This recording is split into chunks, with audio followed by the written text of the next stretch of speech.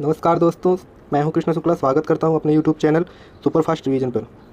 दोस्तों, आज मैं साइंस के ऐसे महत्वपूर्ण प्रश्न लेके आया हूं जो बहुत ही अच्छे लेवल के हैं। आप वीडियो देखेंगे तो आपको समझ में आ जाएगा कि इसका लेवल कैसा है। बहुत ही अच्छा लेवल है। जैसे एग्ज़ाम में पूछे जा रहे हैं वैसे ही क्वेश्चन मैं सिलेक्ट करके आपके लिए लेके आया हूँ। पूरा वीडियो ज़रूर देखिएगा, अच्छे अच्छे क्वेश्चन हैं। चलिए शुरू करता हूँ आज की वीडियो। क्वेश्चन नंबर 1 है, पौधे नाइट्रोजन को किस रूप में ग्रहण करते हैं। क्वेश्चन नंबर 1 क्या कह रहा है, पौधे नाइट्रोजन को किस रूप में ग्रहण करते हैं। ऑप्शन नंबर 2 सही हो जाएगा, नाइट्रेट। नाइट्रेट के रूप में ग्रहण करते हैं। जो वातावरण में नाइट्रोजन गैस होती है, वातावरण में नाइट्रोजन गैस होती है 78%। तो पौधे इन्हें डायरेक्ट नहीं ग्रहण कर सकते। पौधे इन्हें डायरेक्ट नहीं ग्रहण करते। जो नाइट्रोजन गैस होती है उसको एक जीवाणु जो पौधे में पाया जाता है, राइजोबियम जीवाणु कहा जाता है। राइजोबियम यह नाइट्रोजन को नाइट्रेट में बदल देता है। नाइट्रेट में बदल देता है, तब पौधे इसे नाइट्रेट के रूप में ग्रहण कर लेते हैं। यही हो जाएगा आंसर अपना, नाइट्रेट। चलिए प्रश्न नंबर 2 पे चलते हैं। यूरिया में नाइट्रोजन किस रूप में होता है। यह भी बहुत ही अच्छा प्रश्न है। यूरिया में नाइट्रोजन जो है वह किस रूप में होता है। ऑप्शन नंबर 1 हो जाएगा ammonia, option number 2 amide, option number 3 nitrogen, option number 4 nitrate. बताइए। ऑप्शन नंबर 2 सही हो जाएगा, एमाइड। एमाइड के रूप में होता है। यूरिया में नाइट्रोजन जो है एमाइड के रूप में होता है। अगर बात करें यूरिया में नाइट्रोजन कितने प्रतिशत होता है, यह भी क्वेश्चन आता है। यह भी बहुत बार आ चुका है कि यूरिया में कितने प्रतिशत होता है नाइट्रोजन। तो वह 46% होता है। यूरिया में नाइट्रोजन 46% होता है। यह भी बहुत ही इंपॉर्टेंट क्वेश्चन है। बार बार रेलवे NTPC वगैरह में आया है, आप देख लीजिए प्रीवियस पेपर उठा के।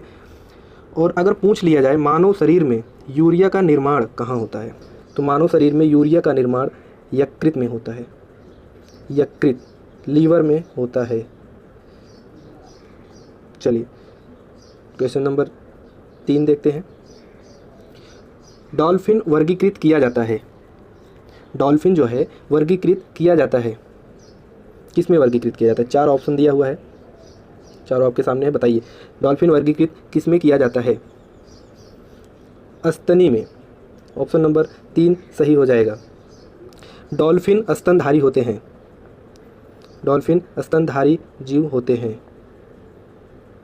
और बात करें अगर व्हेल की, व्हेल भी स्तनधारी होते हैं। व्हेल भी स्तनधारी होते हैं। या दोनों ही स्तनधारी होते हैं, या मछली नहीं होते हैं। चलिए क्वेश्चन नंबर 4 देखते हैं। हरगोविंद खुराना को किस आविष्कार के लिए सम्मानित किया गया था। जी बताइए, हरगोविंद खुराना को किस आविष्कार के लिए सम्मानित किया गया था। बहुत लेवल के क्वेश्चन से अगर आप पढ़े होंगे तो आपको पता ही होगा कि अच्छे क्वेश्चन हैं या नहीं। ये आंसर क्या हो जाएगा। आंसर नंबर 2 सही हो जाएगा, प्रोटीन के संश्लेषण के लिए। और जेनेटिक कोड भी मतलब यही आविष्कार किए थे, तो इनको जेनेटिक कोड और प्रोटीन दोनों के लिए सम्मानित किया था। जेनेटिक कोड और प्रोटीन के संश्लेषण के लिए इनको सम्मानित किया गया था। चलिए क्वेश्चन नंबर 5 देखिए। स्याही सोखता किस सिद्धांत पर कार्य करता है। जो स्याही सोखता है वह किस सिद्धांत पर कार्य करता है। ऑप्शन नंबर 1 सही हो जाएगा, पृष्ठ तनाव के सिद्धांत पर कार्य करता है। चलिए नेक्स्ट क्वेश्चन देखते हैं। सल्फाइड अयस्कों के सांद्रण की विधि है। सल्फाइड अयस्कों के सांद्रण की विधि है फेन प्लवन विधि। सही हो जाएगा ऑप्शन नंबर 4। यह फेन कहो, फेन प्लवन विधि, या कहो इसे झाग, वो लोग झाग भी कहते हैं। झाग प्लवन विधि या फेन प्लवन विधि सही हो जाएगा।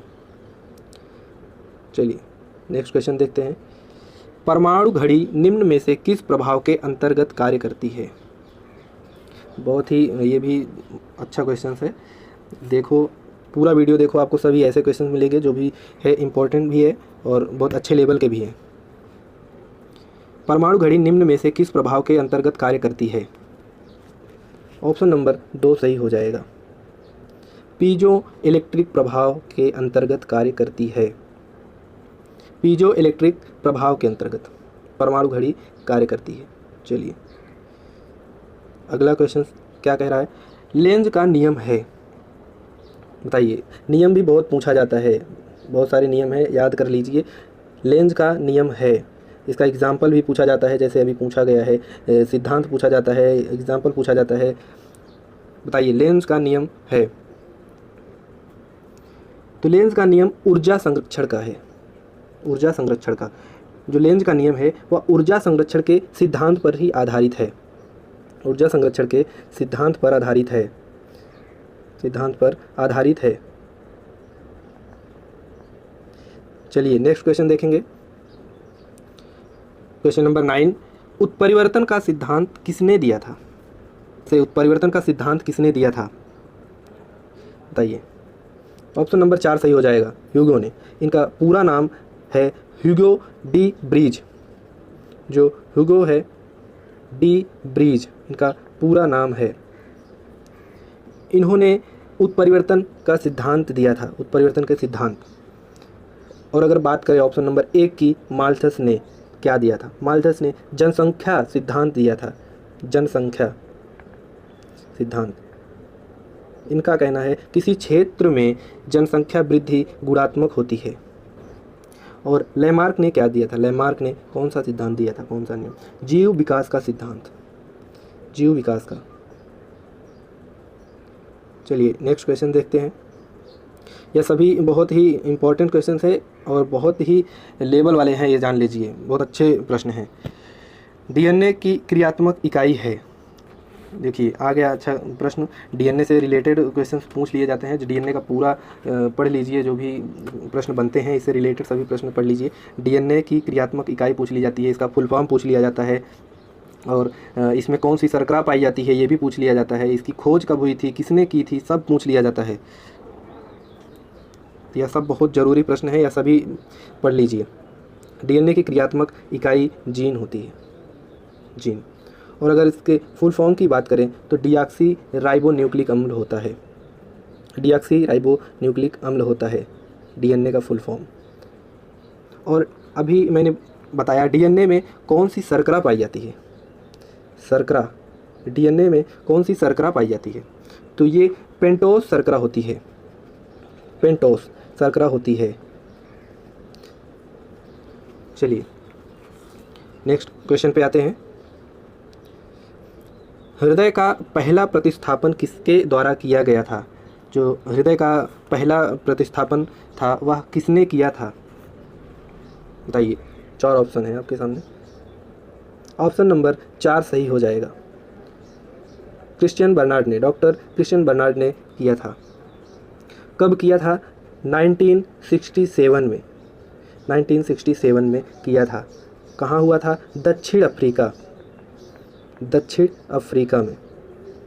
यह सब बहुत ही इम्पोर्टेंट क्वेश्चन है, समझ लीजिए। ये कब हुआ था, कहाँ हुआ था, किसने किया था, ये सब पूछ लिया जाता है। पहला हृदय प्रतिस्थापन आपको पता होगा, अगर प्रीवियस पेपर देखे होंगे तो कैसे क्वेश्चन आते हैं, कैसे प्रश्न आते हैं पता ही होगा, आपको बताने की ज़रूरत नहीं है।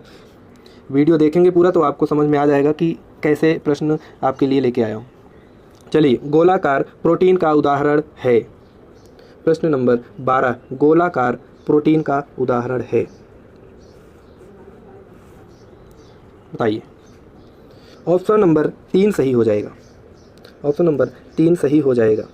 एल्ब्यूमिन, एल्ब्यूमिन प्रोटीन जो होता है वो गोलाकार प्रोटीन का उदाहरण है, गोलाकार प्रोटीन का उदाहरण है। और यह किस में पाया जाता है, यह भी पूछा जाता है।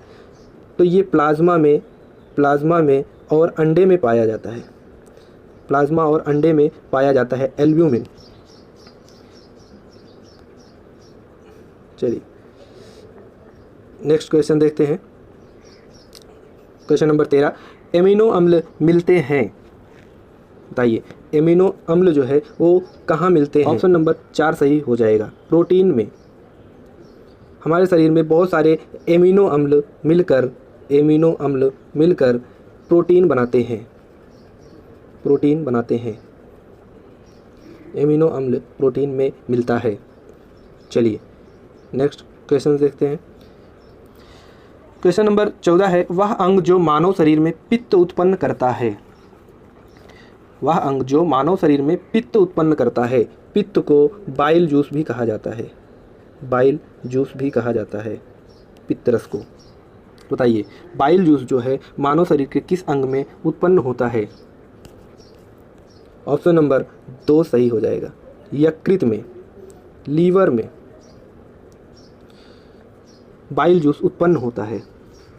चलिए नेक्स्ट क्वेश्चन देखते हैं।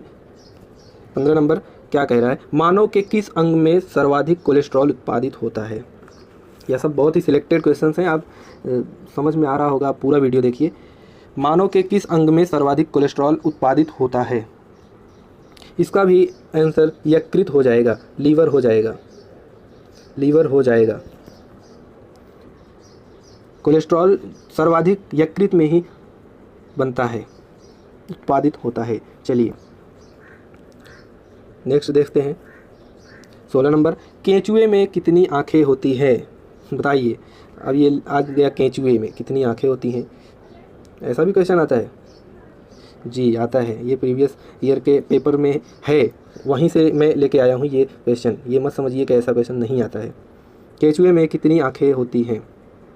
कोई आँख नहीं होता भैया केंचुए में। केंचुए में 0, कोई आँख नहीं होता है। चलिए अगला क्वेश्चन देखिए। मस्तिष्क के किस भाग में भूख लगने व भोजन से तृष्टि की अनुभूति कराने के केंद्र स्थित होते हैं। अभी तो पिछले वीडियो में ये पूरा मैं डिटेल्स में बताया था कि भूख लगना, प्यास लगना, ये सब किसका कार्य है, कौन मतलब करवाता है फीलिंग्स, सब पूछा गया है। बताइए हाइपोथैलेमस। पिछली वीडियो देखिए, उसमें पूरा डिटेल्स में बताया हूँ। हाइपोथैलेमस भूख लगना, प्यास लगना, जो भी ये फीलिंग्स होती है, इंटरनल जो फीलिंग्स होती हैं, वो सब हाइपोथैलेमस करवाता है। चलिए नेक्स्ट क्वेश्चन। क्वेश्चन नंबर 18, फेफड़ों को ढकने वाला आवरण कहलाता है। ये इसमें बहुत ही इंपॉर्टेंट क्वेश्चन बनते हैं, ये जान ली। फेफड़े का जो ढकने वाला आवरण बनता है, और मस्तिष्क का बनता है जो झिल्ली बनती है, उसमें झिल्ली में भी जो मेन झिल्ली होती है मस्तिष्क, उसे मेनिंजिस कहा जाता है। फिर उसमें 3 परत होती है, उसको भी पूछा जाता है। बाहरी परत, अंदर वाली परत, बीच वाली परत, ये सब पूछा जाता है। तो इसमें फेफड़ों को ढकने वाला आवरण पूछा गया है, फेफड़ों को, तो प्लूरा हो जाएगा। ऑप्शन नंबर 3 प्लूरा हो जाएगा। और बात करें ड्यूरा की, ड्यूरामीटर, तो ये मस्तिष्क का झिल्ली, जो मस्तिष्क की झिल्ली होती है मेनिंजिस, उसका सबसे बाहरी पार्ट है, सबसे बाहरी पार्ट है, बाहरी लेयर है ड्यूरामीटर। और पियामीटर, पियामीटर ये भी मस्तिष्क के अंदर का पार्ट है, लेयर है। ये दोनों याद कर लीजिए, ये सब बहुत ही इंपॉर्टेंट क्वेश्चन है। चलिए अगला क्वेश्चन देखते हैं। यदि किसी पुरुष का रक्त वर्ग AB हो तथा महिला का रक्त वर्ग B हो, तो उनकी संतानों में निम्नलिखित में से कौन सा रक्त वर्ग उपस्थित नहीं हो सकता है। क्या कह रहा है, अगर पुरुष मेल का रक्त AB तथा महिला का रक्त फीमेल का रक्त वर्ग B हो, तो उनकी संतानों में निम्नलिखित में से कौन सा रक्त वर्ग उपस्थित नहीं होगा, नहीं होगा। अब जब मेल और फीमेल को AB और B है, तो कहाँ से हो जाएगा, AB हो जाएगा, B हो जाएगा, AB हो जाएगा, लेकिन O जो है नहीं होगा। O रक्त वर्ग नहीं हो सकता, या तो A होगा, या तो AB होगा, या तो B होगा, O नहीं होगा। चलिए ऑप्शन नंबर 3 सही हो जाएगा। चलिए आगे देखते हैं क्या कह रहा है। महान वैज्ञानिक आर्किमिडीज किस देश से संबंधित थे। भैया महान वैज्ञानिक आर्किमिडीज किस देश के थे, किस देश से संबंधित थे। ग्रीस, ग्रीस, ग्रीस से संबंधित थे। तो मैं आपको थोड़ा सा बता दूं, जो आर्किमिडीज मतलब वैज्ञानिक थे, वो प्लवन का सिद्धांत दिए थे, प्लवन का सिद्धांत दिए थे। और इस सिद्धांत पे लैक्टोमीटर, इनके ही सिद्धांत पे जो लैक्टोमीटर नहीं होता है, दूध की शुद्धता मापी जाती है, दूध की शुद्धता मापी जाती है, दूध की शुद्धता मापी जाती है लैक्टोमीटर से। और वो लैक्टोमीटर इनके ही सिद्धांत पर कार्य करता है। जब दूध में पानी मिला देते हैं तो दूध का घनत्व तो बदल जाता है। तो इसी लैक्टोमीटर से मापने से पानी कितना मिलाया हुआ है ये पता चल जाता है। चलिए, क्वेश्चन समाप्त हो गए हैं। आप देखे ही होंगे कितने अच्छे क्वेश्चन से आपके लिए सिलेक्टेड क्वेश्चंस लेके आता हूँ। अगर वीडियो अच्छा लगे तो और लोगों को शेयर कीजिए, अपने भाई को, दोस्त को, सभी को शेयर कीजिए। बहुत ही अच्छे क्वेश्चन से ये एग्ज़ाम में आ सकते हैं, इम्पॉर्टेंट है बहुत। चलिए, बहुत बहुत धन्यवाद देखने के लिए।